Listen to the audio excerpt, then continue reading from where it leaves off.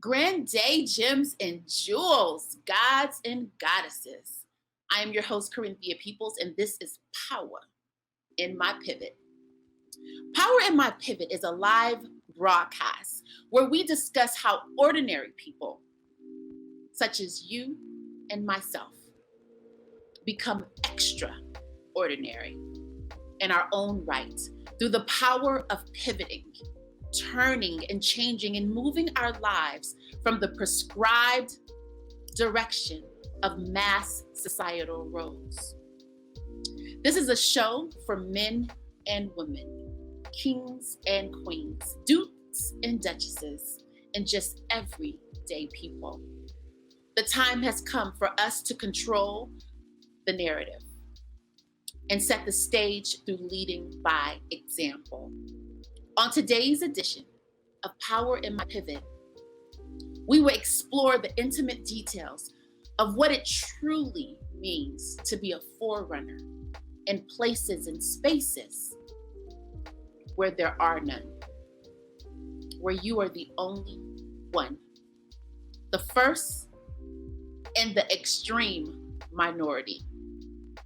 I've coined this edition of Power in My Pivot, Daring to Be the Only, making a path where there is none. Stay tuned for more.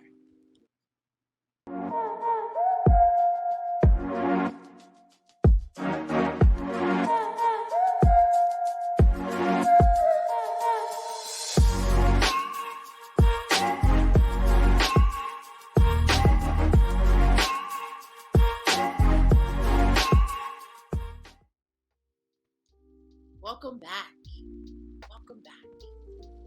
Power in My Pivot is a discussion where we unpack the details of our pivot, our transformation, whether it's voluntarily, circumstantially, or just out of sheer survival. It's a talk of our soul's journey and our evolution as humans. Welcome all to the room. This is an end to participatory dialogue. So feel free to drop comments in the chat and we'll chat you up. And at this time, please like our Corinthia People's YouTube channel, as well as give us a thumbs up or a heart or whatever you're feeling. We would love to feel your energy as well. And thank you for all those who've already done so.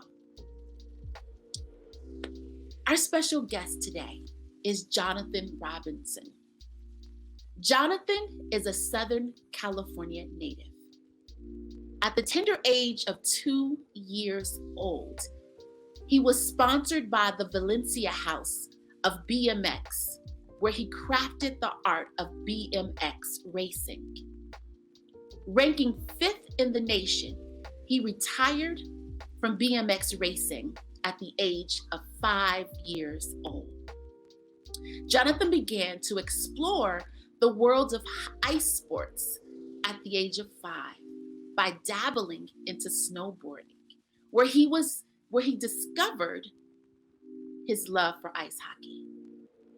He has played in the rinks of the LA Kings, the Anthem Ducks, the Anaheim Ducks, and drafted to the WHL in Canada. He has recently been professionally training. Jonathan's choice words to live by are cherish the blessings. Welcome to the room, our guest, Jonathan Robinson. Hi, Jonathan. How are you? Thank you for having me on the show. Absolutely. Thank you for taking out time in your busy schedule, because I know you're super busy making life happen. I am on the road right now.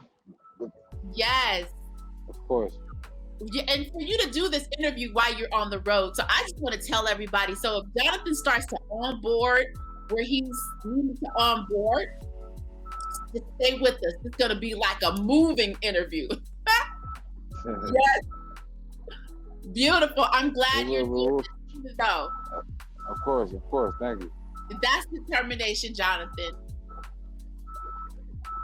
So, Jonathan, let me just start to ask you, my first question. Jonathan, in doing some research on you and watching some of your industry videos, right, and some of your press interviews, you spoke, what was consistent in your talks was opportunity, gratitude, and conflicts in the industry of ice sports, right? So can you bring us into your world as a young Black and gifted young man in the industry of hockey and ice sports? Yes, of course. What would you? Where would you like to start? there's a lot. Right. So just bring us into again, your common thread was opportunity, gratitude, and conflicts in the industry that you had to maneuver through. So can you just bring us into where were the opportunities? How were you grateful? And what were some of the conflicts? So a lot of the opportunities really, they come from, a lot of them are very creative. The opportunities are the opportunities in games all the time, to be able to make yourself stand out from the crowd. Not just being a Black player, but being a hockey player as well. Being able to control the game, speed the game up, slow the game down, really is creating opportunity. But at the same time, the opportunities are there from how many people are in the stands, to having no people in the stands, to having the cameras on. So it really, it's up to the person and just what you want out of the situation, honestly. Yeah. What were you grateful for with this experience? Because this is not a typical experience and I have to bring your race into it.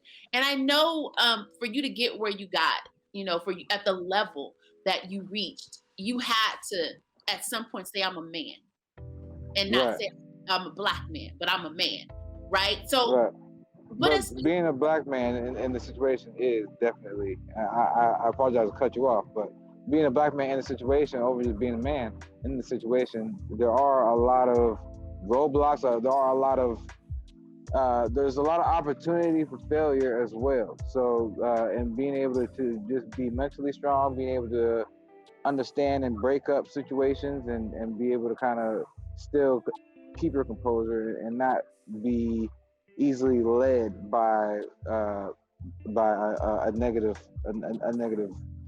figure. Honestly, that just kind of will sum that up. Okay. I understand that. I understand that very well. So, hockey, I've never really been into hockey. I've seen it. And when I did my research on you, I had to kind of, delve in to your world. So I watched a clip of you in the rink. And it looks really intense, right? Y'all be fighting and slamming each other and, have this little puck, and you got to have skills and you on ice.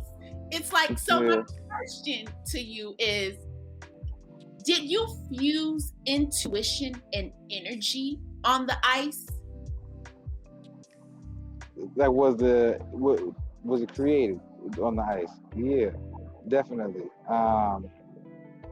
And that comes from, I would say that just comes from passion, the IQ of the game, putting those two together, really, and then with a purpose, especially being able to see the game happen, and being able to see that the game is such a joyful moment, joyful sport. To be able to make it joyful for everybody, but at the same time keep it competitive. That is with that you create opportunities. Literally, that erase energy. You can defeat energy. It's a power that you have just as a not just an athlete. It's in a lot of different positions. But um, yes, you are definitely able to infuse that. Infuse energy. Interesting. Yes. And intuition, right? I would think you would use your intuition in such a sport. I mean, in every sport, but we're talking Yes. about hockey in particularly now. So I would think you would use your intuition as well.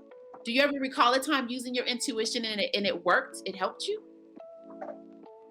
I would say it just keep going, not just playing the sport, but just being within the sport. Um, Intuition to be coaching, intuition to be literally having my own gear, and to be able to take the game of hockey and put it in places where it never existed, and to have it be breathing. Um, it definitely reaches a little bit more than just playing, honestly. But yeah, all the Yeah. time, all So, the time. who in your family? I mean, because you started off this like trek. That's not a trek of typical black experiences. The typical black boy Mm-hmm. doesn't go off and BMX race. You Right, know, we got a right. hoop. You know, most of the time it's just like, you know, basketball or football, some tennis, whatever, you know. But Mm-hmm. who was it? Who cultivated your sportsmanship and saw to place you in these spaces? Definitely my parents. Definitely my parents. I mean, my parents mixed themselves, kind of coming up with me, and then with the discipline that's there. Yeah, oh yeah, definitely. Uh, yeah, yeah. So it was. They knew exactly. They knew exactly what they made, and they knew exactly how to work it. So, yeah, I've been enjoying it. It's like breathing for real. It is breathing. Wow. So you So said they knew exactly what they made and what did you say? exactly, they know exactly how to use it. And how So do you yeah. So oh, Lord. if you can birth a tool, yeah. Yeah, So well, you know, I always say that people today, I always tell like, you know, young girls and even women my age, um, that your children is your retirement plan if you raise of them. course, of course, of course, of Yeah, course, if you of show course. them and show them the way to go, they can definitely be your retirement plan. Exactly. Right. So it was your parents. Very interesting. So I guess they saw you. They saw you or they wanted to cultivate that piece in you. And you never bucked it. Did you ever go against? Did you ever go against the path Oh, that they wanted you to go down? oh, of course. I'm definitely I'm raised in raised on the beach, basically the beach in the city of Los Angeles. So just definitely being one of not liking rules, uh, and being raised by my dad was a military guy, uh, combat cameraman. But so that He was discipline, a combat I cameraman. yes. Wow. So he took So footage of combat yep, in the military. yep, he did. Yes, he did. Interesting. So um, yeah, it's yeah, just what I would say my own mindset is I do fight kind of to be disciplined under certain strict rules, especially playing ice hockey. A certain lanes are tough, but I've seen the make it work. Mm-hmm. Yes. So Jonathan, you know, in your bio, at the age of 2, your parents started to push you in a particular, direction, right? They clearly had a plan for you. Just like it's clear at the age of 2, so you entered notoriety and fame at a very young age because you won several trophies, and like in your bio you were 5th in the nation. So my question to you is, with that kind of notoriety at such a young age, did it develop your personality? Did you develop a personality from that notoriety? I mean, honestly, I'm such a sports guy that I didn't. I meet people all the time, so as far as and being a coach, just being a coach now, thinking back, I don't think that I've suffered anything or anything really changed. I think that just me just being who I am. I don't know. I'm very from travel experiences. I have realized that I am a little bit. But I think a little bit different. I have no ceiling. So thinking with no ceilings in every situation. Yeah, I might bump heads a little bit, but yeah, I don't think I'm famous. I've raced a lot of people. I've played sports with a lot of people, but I've played in front of crowds. But yeah, it's. I think I think I'm pretty normal. So you don't claim fame, but you claim notoriety. Yeah, I've definitely been noticed for um, my efforts. Hey, that's Yeah. what's up. So, Jonathan, what's your most, again, I want to just bring us back to what this is all about.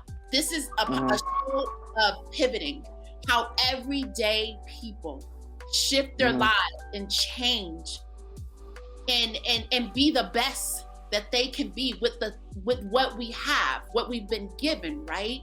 Right. This is a show that is geared to inspire and tell the story, giving you a platform to tell your story, right? So I want to hear, what's the most memorable moment you had in your career, and what was the most miserable moment? Let's start with memorable first. Most memorable moments. I would say most memorable moment. I gotta say,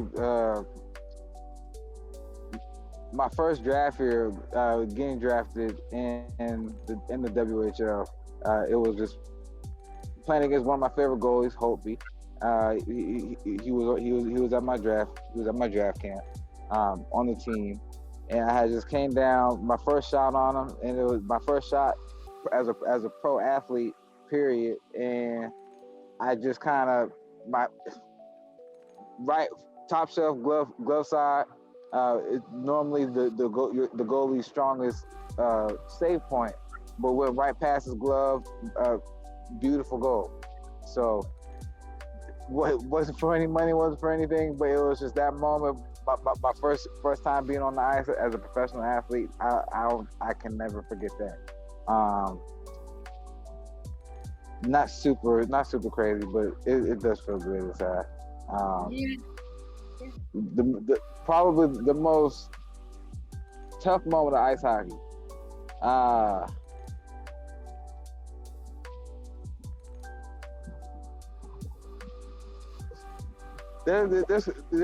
Ice hockey is a tough sport. It's a rough sport. So if it's not rough, then you can't love it.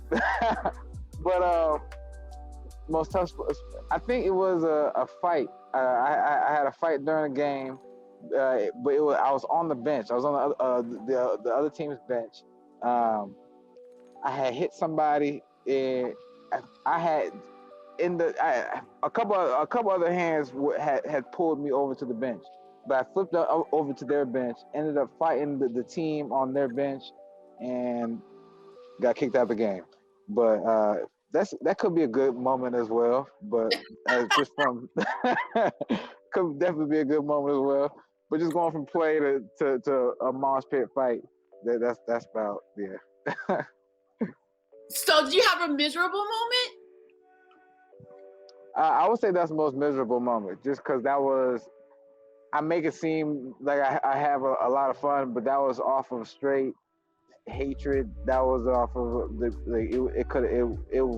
got kind of bad that game, on and off the ice. So yeah, that's probably something that I would just not want to see at all within the sport, at any sports game or within any sporting facility, anything. I think if anything gets past the court, the ice, the field, and you can't leave the game and see the other person later on, then it's not worth that, Yeah. honestly. So yeah, if it gets to that point, then that's just kind of the worst. Broken ankles, pucks to the face, that happens all the time. Punch to the face. A puck to the face. Someone takes a shot, hits somebody in the face, they're bleeding everywhere. That happens. If somebody tries to jump over somebody, cuts them in the neck, that happens. That's normal. See that ice hockey for me is like football. And even wrestling, kicking, it's just a little bit different injuries. Yeah, it's violent. Yeah, it definitely, yeah. Yeah. So which brings me to the next piece. You got to be built a certain way to play some sports. You got to be built a certain way to do, football and other things, right? Especially ice hockey, for sure. So in reading your bio, Jonathan, and finding out, what were some of the things that you went through, I uncovered that you were faced with a few disappointments, right? Like, and this is the real, right? Mm-hmm. This is keeping it 100. You were faced with a couple of disappointments that could have knocked many people off their game. You were cut from a few teams, and you encountered some injuries, some serious injuries. Did you ever feel like giving up? I never felt like, honestly, no, I never felt like giving up. Now the timing of the injuries and certain injuries, I am hard on myself. So between ice hockey and football, I do love both sports. Ice hockey, I was really wanting to get drafted to the NHL. So my draft into the NHL, I had separated my shoulder. Now that my injuries are off of my own instinct of, I would say, just kind of clowning, but of kind of playing big. I did end up hurting myself with separating my shoulder. Kind of knocked myself out the draft for that year, but I really wanted to kind of switch over and go to school and kind of give football a little run as well, try to get drafted as well. Ended up messing up myself again. Just kind of, I like the motto. I also live by the motto as well as cherish the blessing. Keep it simple, stupid. If you got something down, then kind of keep it simple, because it's when you're doing really good and you kind of just want to hot dog around a little bit too much, showboat a little bit too much, and that's when it happens. But so that's what I was going to ask you. Like, what were some pivotal life tools that you acquired and used to overcome, some of the times where things didn't go the way you wanted them to go? What's some life tools? You said KISS. I like to say keep it simple, smarty. So that's real nice. That's real nice. Right? Because sometimes when you're smart, you can overthink, or just keep it simple, smarty. Because you think you're smart. You're smart. Very true. What's like not wanting something, and not and to be injured, and you can kind of see the flash of it maybe not happening. Mm-hmm. That could be true. It definitely it's a vision. It's definitely a vision that can put you back a little bit. But you just gotta be completely realistic with yourself. If you are injured, you really do have to really find out what you have injured and what the precautions are, the correct precautions to move forward. And that goes with anything. If you do get knocked off your game with anything, now it's not as easy said as done. But if you got it in you, if you want it bad enough, then it is easier said as done. So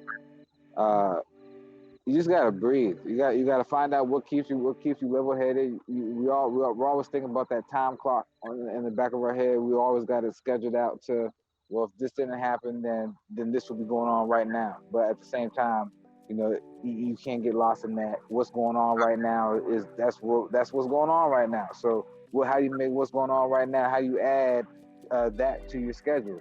So really, that's just Mm-hmm. So there's a such thing. Wait, before I go there, I just want to commend you for having bounce back power. Thank you. For not giving up, because I know there's no prescription to life, right? And just listening to like my research of you're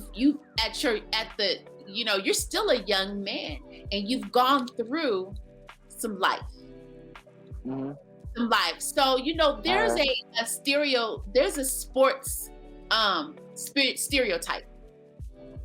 Yes, there is. Right? So yes, there is.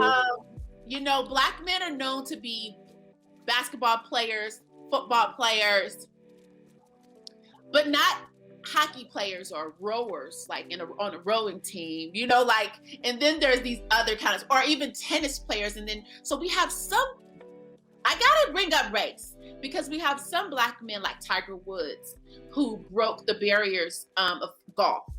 And then we have Serena who broke the barriers of tennis, right? Right. So how do most people typically respond to you, white and Black, when you tell them that that your sport is ice hockey, that that you've competed in that sport? I haven't used it as a pickup line, but I have used it to keep myself out of trouble. So it's I get a lot of what? Keep yourself out of trouble with that. It gives me about like a 5-second throw off. a 5-second throw off. Like, oh, you play ice hockey? Hold on, let me look at you. Like wow. So I get a lot. All great responses. People do love the fact that I do play ice hockey.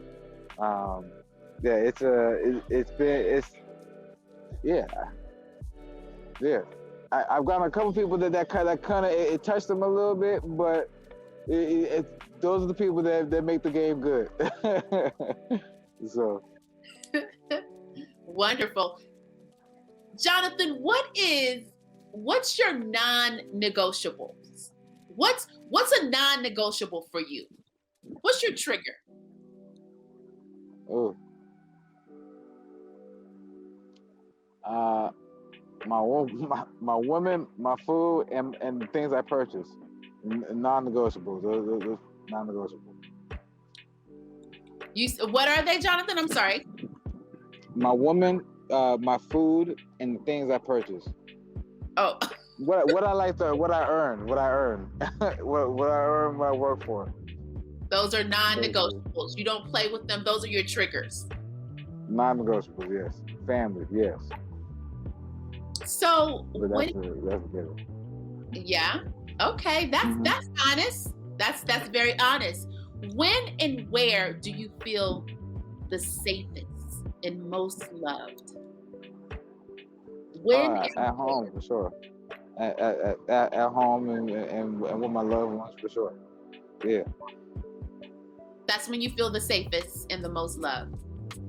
Yeah, it's in the hockey rink. That I do as strange as that sounds, I do feel the safest in the hockey rink. You Um, feel safe in the hockey rink?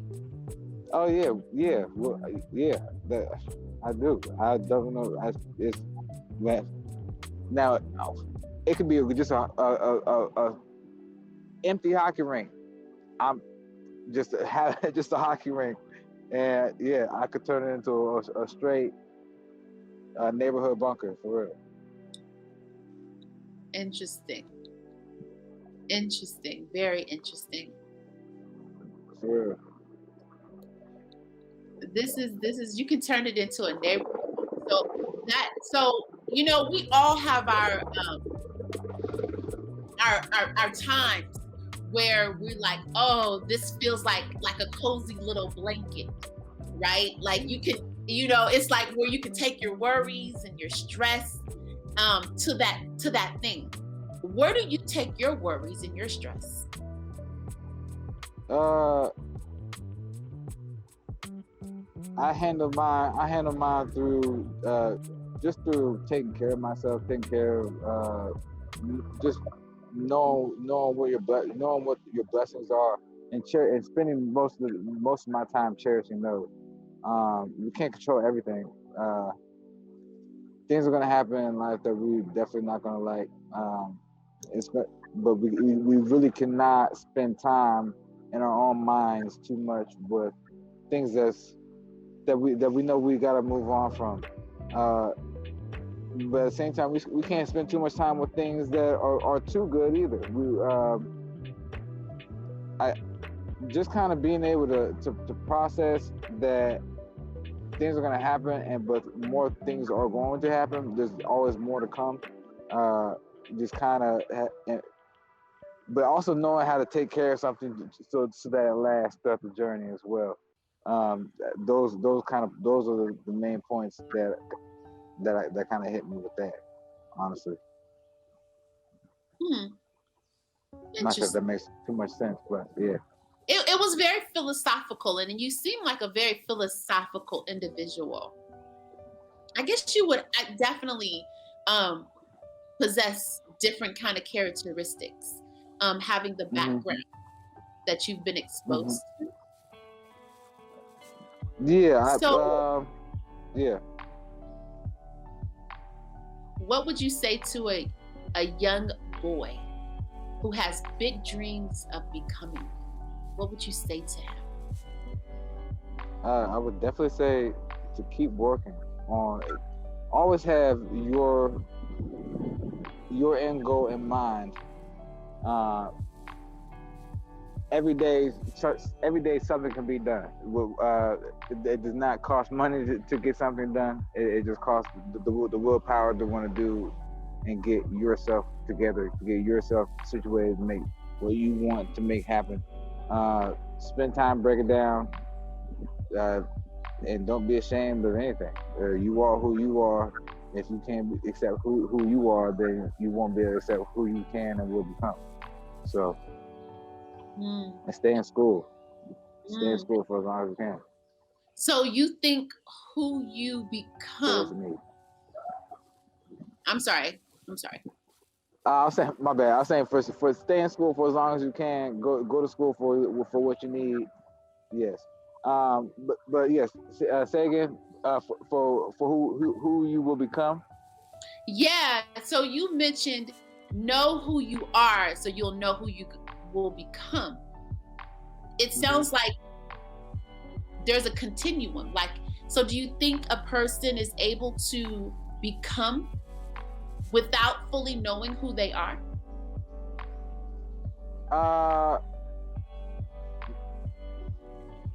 No. Well, right. That's what I was saying. Know who you are, so that you are able to so know who you are, so you know what you want to become. Uh, so if you are like basically, if you are already who you want to be, then this would not apply to you.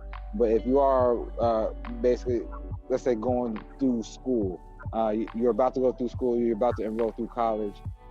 At the In the college, you're going to be different than who you were going into school. But when you sign up for college, if you don't sign up for the classes in the areas that you have weaknesses, where you need to learn, where you want to learn, the things that you need to learn to be able to move forward in your path of what you want to move forward in, then you won't be able to.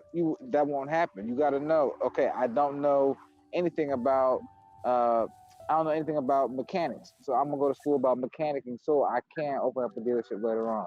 So that's just know who you are today, so that tomorrow you can be that better version of yourself.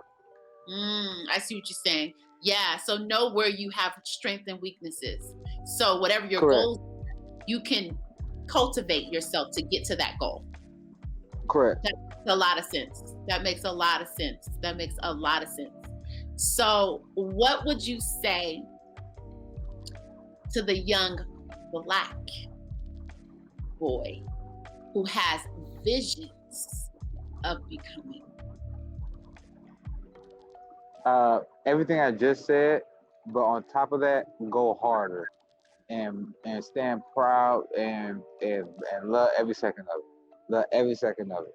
If you making somebody mad doing something you love that, because that's them saying blatant to your face, you were doing something I cannot do. So just don't. But at the same time, don't get involved in anything that is negative. If you feel that spirit pulling you up towards where you want to go, anything that you feel pulling you back, don't even bother. Don't even hesitate. We got a lot of ancestors that have paved the road, that have gone through a lot of things that we didn't have to go through. So we going through what we got to go through to be able to go to pave the road for uh, everybody to come.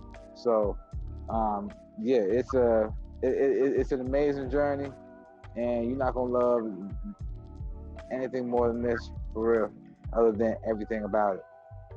And yeah. Wow.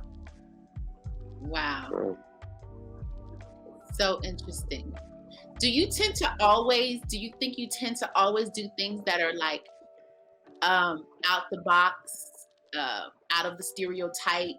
Is that like how you kind of push for, or that's just natural. yeah, just by chance? Uh, I definitely have an eye for finding things that are kind of outside the barriers, but at the same time, I don't. I'm not doing everything. I'm not doing everything. Um, I, I'm definitely.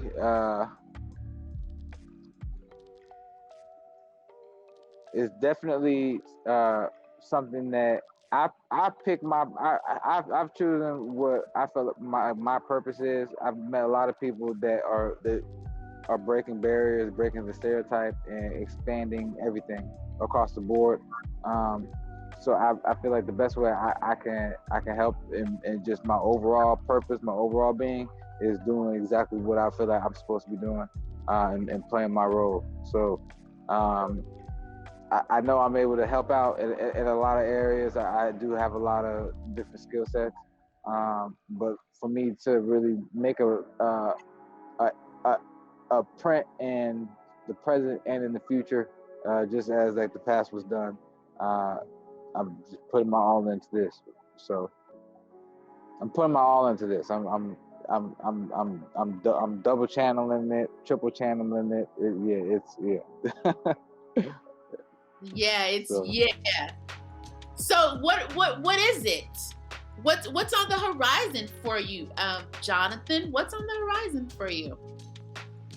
What's kind hopefully, what are we aiming for in these like new times. You know, this is a very auspicious time, yet it's also a really great time to be on the planet and to be able to manifest. So what's on the horizon, Jonathan Robinson, coming forward? The horizon coming forward. Well, guys, uh, I've been I've been I've been helping a lot. Not just helping, but I've been working as well. But I've been really trying to build a network that I've been really just trying to build a network of a lot of people that really have the same vision of being able to build the community, expand the community, not try to just take power, but to show that bond is powerful. To show that we are basically I've been doing a lot of production, a lot of production, a lot of groundwork with ice hockey as well. But to get ice hockey out, production is the best way. I am as well birthed from production, so to be able to be able to give hockey that inside look, um, it really needs to be created. So I've been really just trying to figure out how to create everything, create the full look, so the people can connect, the people can want to connect, and uh, it can grow. So yeah. Hmm. So you're wanting to expand the access to, if I heard you correctly, you want to expand the access to the rink, to skating, to ice hockey. Yes, I want to expand the culture. The So culture to who? Who would you like to? to everybody, I want to expand the culture to everybody. I honestly do. I believe it. We have the Olympic Games, but at the same time, the Olympics should not be the only way that somebody can put that somebody can play another ethnicity from another part of the world. Honestly, I feel like if the the other Kings, basically, with the other Kings, just the AHL team, the Ontario team.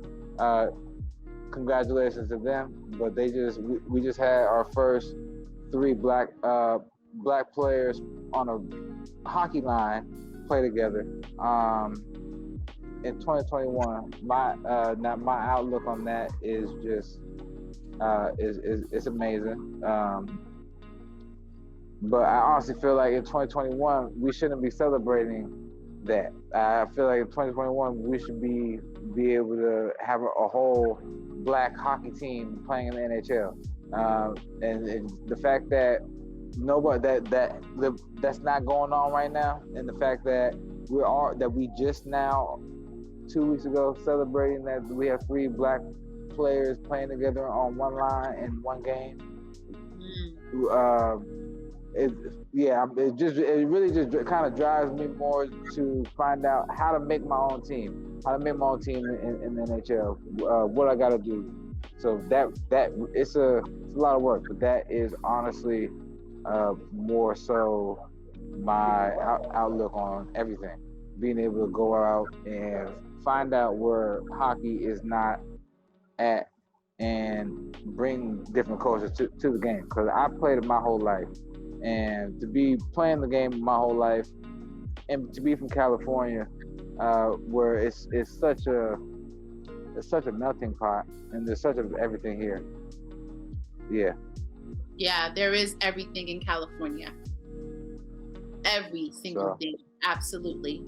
I think that is a great aspiration. I think it's a great aspiration. And to, like you said, to only now in 2021 see 4 black players on one hockey team, you've resounding what's been said so many times, that it's too bad that we are still where we are as a race and as a nation. Yeah. And we should be so much further. But I guess, does that tell you how much work you have to do and where your work lies? Oh, it definitely does. It definitely does. And I'm fully ready for it. I'm not sure if the table that I will sit at is fully ready for it. I hope they are, cause I'm coming. I'm coming. Sit down. Um, and yeah, yeah. I'm just ready for it. I'm looking for it. I'm working on everything that I can see with my own eyes and everything what I feel like I can do with my own intuition. I am looking for help. I am looking for the table. I am looking for everybody that wants to get involved. Um, I am down to help anybody that is involved. And yeah, so I'm trying. Yes. Right? You said you're trying to what? I just said I was trying to yes, yes. I really want this. I really want this. I really want to help work on getting this time moved forward because I've had a lot of experiences through the game, and to have certain areas of the game just to be kind of, I honestly kind of took a little bit of offense to the fact that we're just now celebrating 3 black hockey players being able to play together because I've played with I've been on the ice with a lot of other black hockey players, and so it's just it does kind of hurt that vision is there, but it feels good that the opportunity to be a part of this right now is here. There you go. That's beautiful. I like So, your smoke. I like your vision. Definitely. I like the fact that you are going for change, that you want to make a change. You want to leave, sounds like you want to leave a legacy of change. I do. Jonathan, I'm gonna call off. I do this thing at the end of the show for some of my guests. And I'm going to call off a series of names. And I want you to tell me the first thought that comes to mind as I call off these series of names, okay? Okay. All right. The first name is William P. Fawley II. He's the owner of the Las Vegas Knights. Okay. What comes to mind when you hear the name William P. Fawley owns the team? They got some good energy. I like their energy for real. They kind of I think of that team. I'm just always they got some nice energy. They got some nice energy. The way that they came out and they started was strong. They definitely still have there's a lot of opportunity there. If I get over to Vegas right now and talk to them, I'm there. That's a city that needs a lot of energy. That needs a lot of muscle. If they are, that's a playoff team. That's okay, so I have to tell you. Team. Okay, so Jonathan, I have to tell you the rules of this again. Okay? Yes. When I say the name, I just want 1 to 3 words. And I talked about the team, which is good, that's a good thing. But I asked you about the owner. I said William P. Fawley II. Give me 3 words when you think again. Strong right arm. Robinson. Say again? Jackie Robinson. Legend, the great. Bob Marley. 420. Don't worry about a thing. Maya Angelou. Maya Angelou? Yes. Oh, fighting. Maya Angelou. Fighting. Whooping everybody. Fighting, whooping everybody.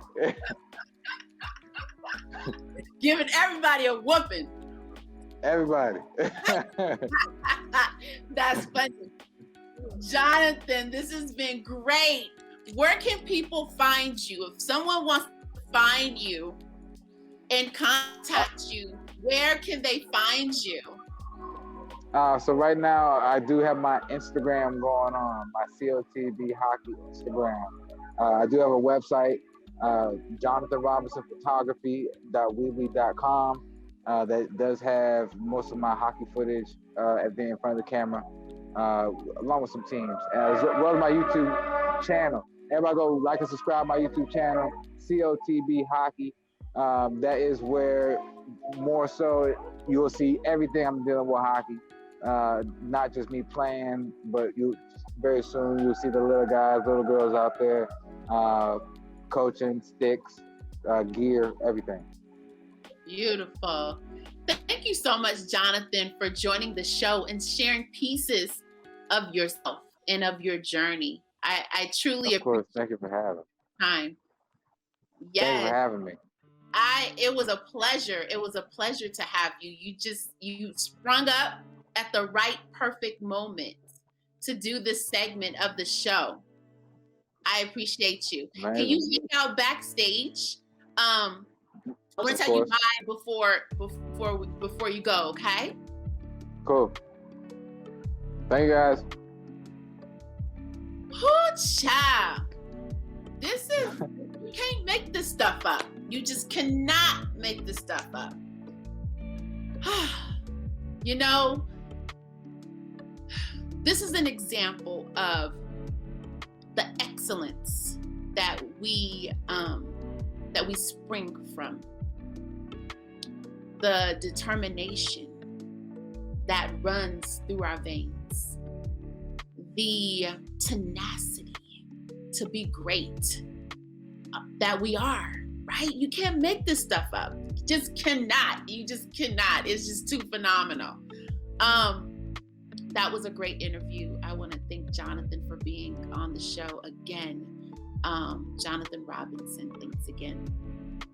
So we don't only speak about the problem, but we also render the solution.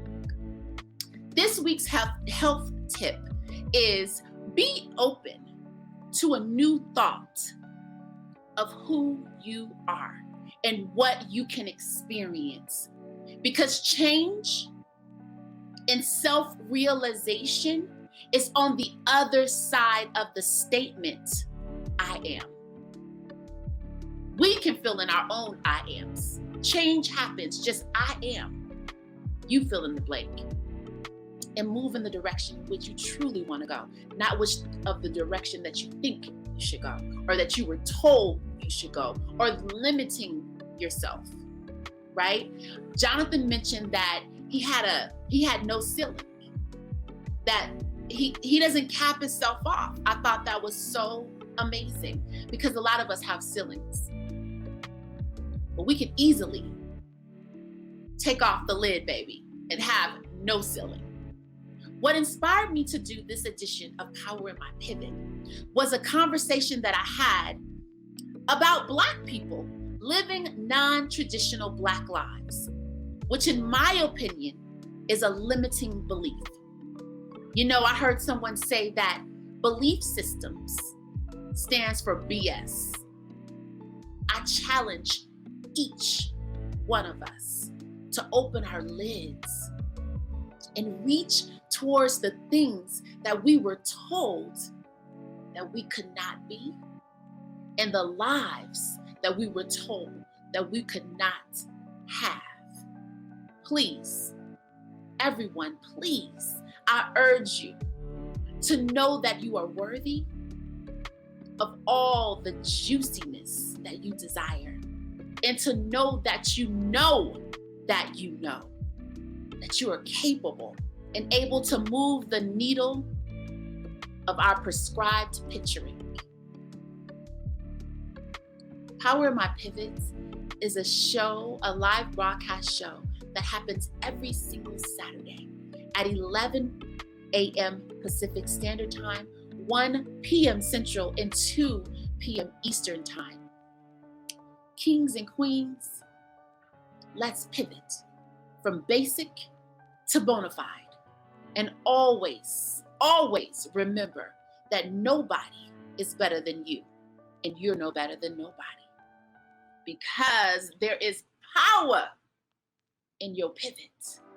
Until next time.